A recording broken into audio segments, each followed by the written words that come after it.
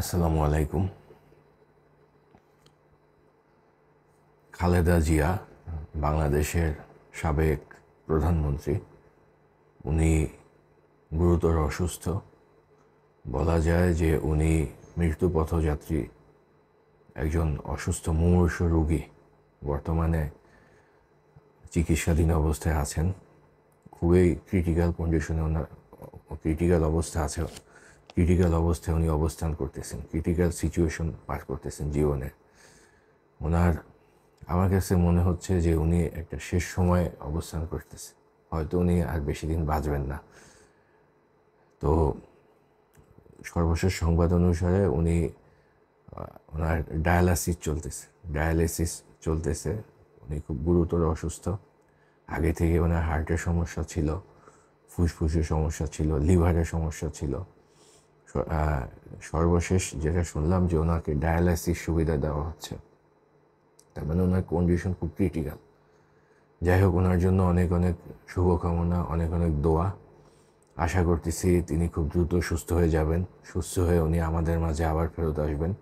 বাংলাদেশের যেসব বিএনপি নেতাকর্মী আছেন, বিএনপি সমর্থক, বিএনপির নেতৃত্বে উনি আবার আসবেন, বিএনপিকে নেতৃত্ব দেবেন, এই কামনা করি আর কি। ওনার জন্য সেই দোয়া এবং সেই শুভকামনা রইল ওনার জন্য। তো যাই হোক, এখন যেটা দেখতেছি সেটা হলো সরকার ওনার নিরাপত্তাকে বাড়িয়ে দিয়েছে। উনি একজন অসুস্থ রোগী, হাসপাতালে চিকিৎসাধীন, কিন্তু সরকারের তরফ থেকে ওনাকে যথেষ্ট উন্নত নিরাপত্তা ব্যবস্থা দেওয়া হচ্ছে। সাবেক প্রধানমন্ত্রী হিসাবে উনি একটা প্রোটোকল পেতেন, সেটা তো বলবৎ ছিলই। পাশাপাশি ওনাকে এখন স্পেশাল সিকিউরিটি ফোর্স নামে একটা নিরাপত্তা সংস্থা থেকে ওনাকে নিরাপত্তা দেওয়া হচ্ছে। এটা নিঃসন্দেহে একটা সরকারের জন্য একটা বড় সাধুবাদযোগ্য পদক্ষেপ। স্বাভাবিক দৃষ্টিকোণ থেকে দেখলে সরকারের জন্য প্রশংসার দাবি রাখে, এ ব্যাপারে কোনো সন্দেহ নেই। তো এটা হলো ওনার নিরাপত্তা নিয়ে সরকারের যে একটা তৎপরতা আমরা দেখতেছি। আমি সেজন্য সরকারকে ধন্যবাদ জানাচ্ছি যে ওনার মতো একজন সম্মানিত ব্যক্তিকে এই জীবন সায়ান্নে এসে নিরাপত্তা দিয়া সম্মানিত করা হয়েছে, এই জন্য সরকার ধন্যবাদ প্রাপ্য। তো এখন এটা কি শুধুমাত্র তার স্বাভাবিকভাবে যদি বলা হয় যে সরকার, এটা হলো ভালো দিক যে সরকার একটা প্রশংসার যোগ্য কাজ করছে, কিন্তু এর বাহিরেও এই সরকারের অনেক সমালোচনা আছে। আমি সাদা চোখে দেখলে মনে করব যে সরকার একটা সাধুবাদযোগ্য কাজ করছে, কিন্তু ক্রিটিক্যালি যদি একটু খোঁজখবর নেওয়া যায়, এই সরকারের উদ্দেশ্য বিধেয় এগুলো যদি বিবেচনা করা যায়, তাহলে বলবো যে এর মধ্যে রাজনীতি আছে। এবং এই রাজনীতি হয়তোবা সামনের দিনগুলোতে এই উপকারের দায় বা এই উপকার একসময় বিএনপির জন্য সহসাই ক্ষতির কারণ হয়ে যেতে পারে। প্রথম কারণ হলো যে সরকার চাচ্ছে না যে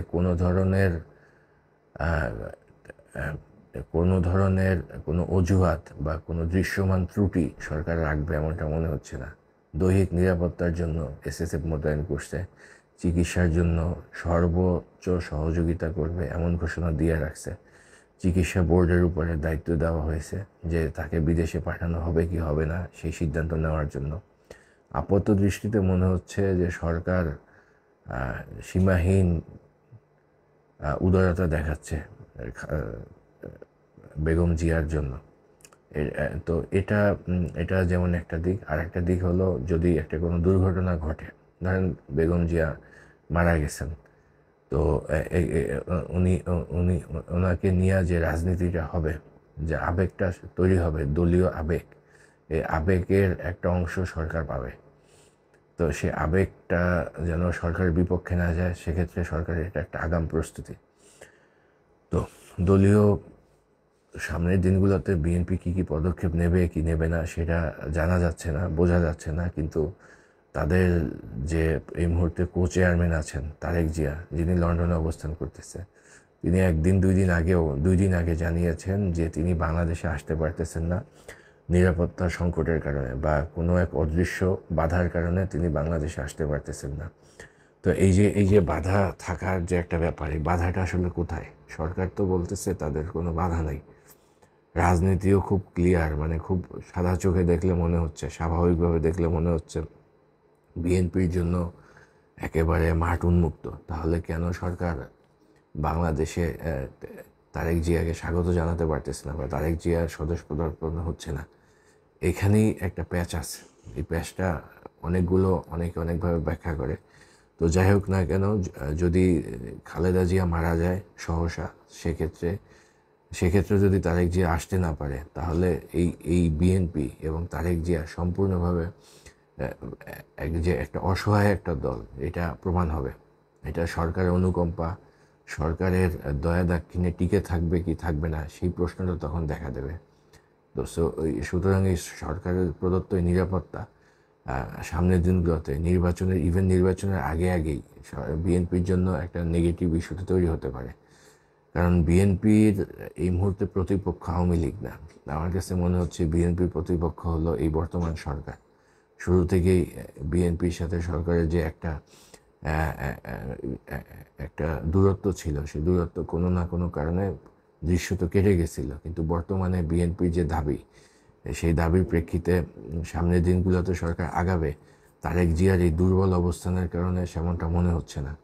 কারণ হলো সরকারের যে প্রেশার গ্রুপগুলো আছে, বিশেষ করে জামাত, বিশেষ করে হলো এনসিপি, এছাড়া জামাতের সমর্থিত আরও প্রায় 8-10টা দল আছে, যারা যে কোনো সময় সরকারের পক্ষে বিভিন্ন ইস্যুতে মাঠ গরম করতে পারে।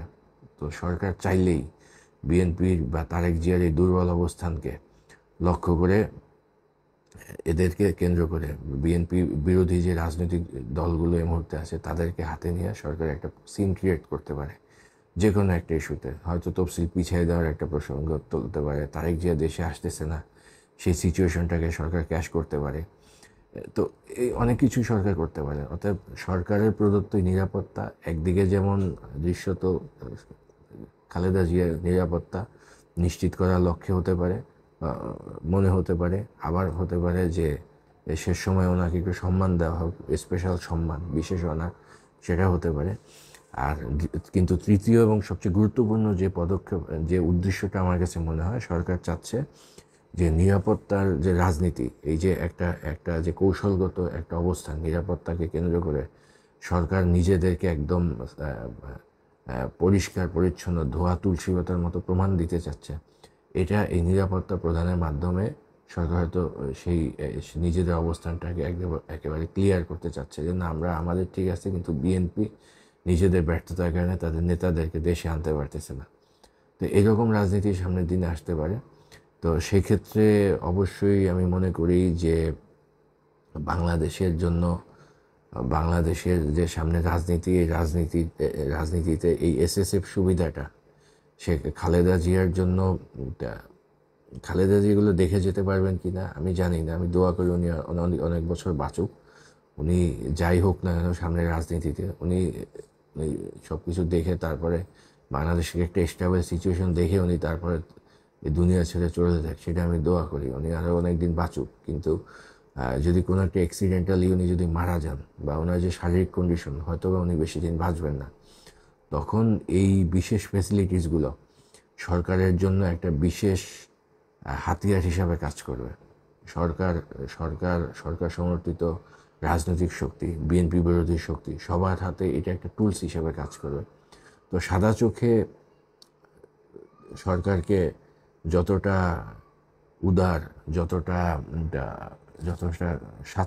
যতটা মানে বিএনপি বান্ধব মনে হচ্ছে, রাজনীতি বান্ধব মনে হচ্ছে, কিন্তু এই সরকার কিন্তু বাস্তবে তেমনটা না। আমরা শুরু থেকে দেখে আসতেছি যে রাজনৈতিক ঐক্যমত্যের দোহাই ছিল, বিভিন্ন কৌশলগত কালক্ষেপণ ছিল, বিভিন্ন দলীয় সতর্কতা, বিভিন্ন রাজনৈতিক দলদের মধ্যে অন্তর্দ্বন্দ্ব তৈরি করা, এগুলোর ক্ষেত্রে কিন্তু সরকার এই গত প্রায় 1.5 বছর সময় হাত পাকায় ফেলছে। অতএব সরকারের মুভটা একটা স্মার্ট মুভ। এই মুভে এতে সাপও মরবে, লাঠিও ভাঙবে না, এরকম একটা অবস্থা। তা আমি মনে করতেছি যে বিএনপির আরেকটু সতর্ক হওয়া উচিত, যে সরকার থেকে বিভিন্ন ফেসিলিটিস নেওয়ার ব্যাপারে। কারণ হলো এই সরকারের উপরে কিন্তু অনেক দেশি বিদেশি চক্রান্তকারীরা ভর করছে, সবাই বলতেছে, এবং সরকারের নিজেরও ইন্টেনশন আছে দীর্ঘদিন কোনো না কোনো ফর্মে ক্ষমতায় থেকে যাওয়া। অতএব একটু বিএনপি সতর্ক থাকা উচিত। পাশাপাশি এটা নেগেটিভ সাইডটা বললাম। পজিটিভ হলো ভালো করছে সরকার, ভালো সাইড করছে সরকারের, কে সাধুবাদ জানাই। কারণ বিগত সরকার যে অপমান করছে খালেদা জিয়াকে, তার পরিবারকে যেভাবে হেনস্থা করছে, মিথ্যা মামলা, মিথ্যা অজুহাত দেখায়, বিভিন্ন ধরনের পরিস্থিতি তৈরি করার মাধ্যমে, আমি মনে করি যে এই সরকার সেদিকে না গিয়া একটা ভালো পদক্ষেপ নিচ্ছে। এই শেষ সময় যদি খালেদা জি এই সংবাদটা পায় যে না, ওনার বাড়ির আশেপাশে বন্দুকধারী এসএসএফ দাঁড়াই আছে, ওনার হয়তো আত্মা শান্তি পাবে। সেই শান্তির জন্য সরকার ভালো কাজ করছে। যাই হোক, ওনার জন্য দোয়া রইল, অনেক দোয়া রইল যে উনি দ্রুত সুস্থ হন, উনি আবার ফিরে আসেন। তবে সরকারের ব্যাপারে একটু সতর্ক থাকা উচিত। সরকার কিন্তু সহজ সরল না, হাসি মুখে অনেক কিছু করতে পারে। ধন্যবাদ সবাইকে।